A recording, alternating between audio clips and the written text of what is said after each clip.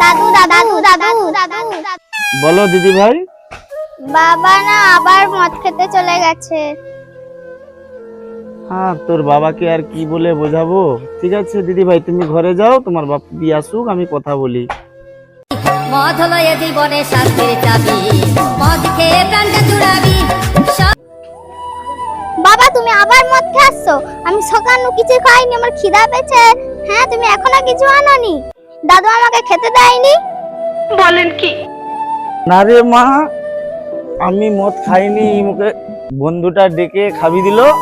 আমি তোর জন্য খাবার নিয়ে আসবো মা, তুই রাগ করিস না মা, আমি তোর জন্য খাবার নিয়ে আসবো। আমি সকালে কিছু খাইনি, আমার খিদা পেয়েছে, আমার এক্ষুনি চাই, নাহলে কেটে রেখে দেবো।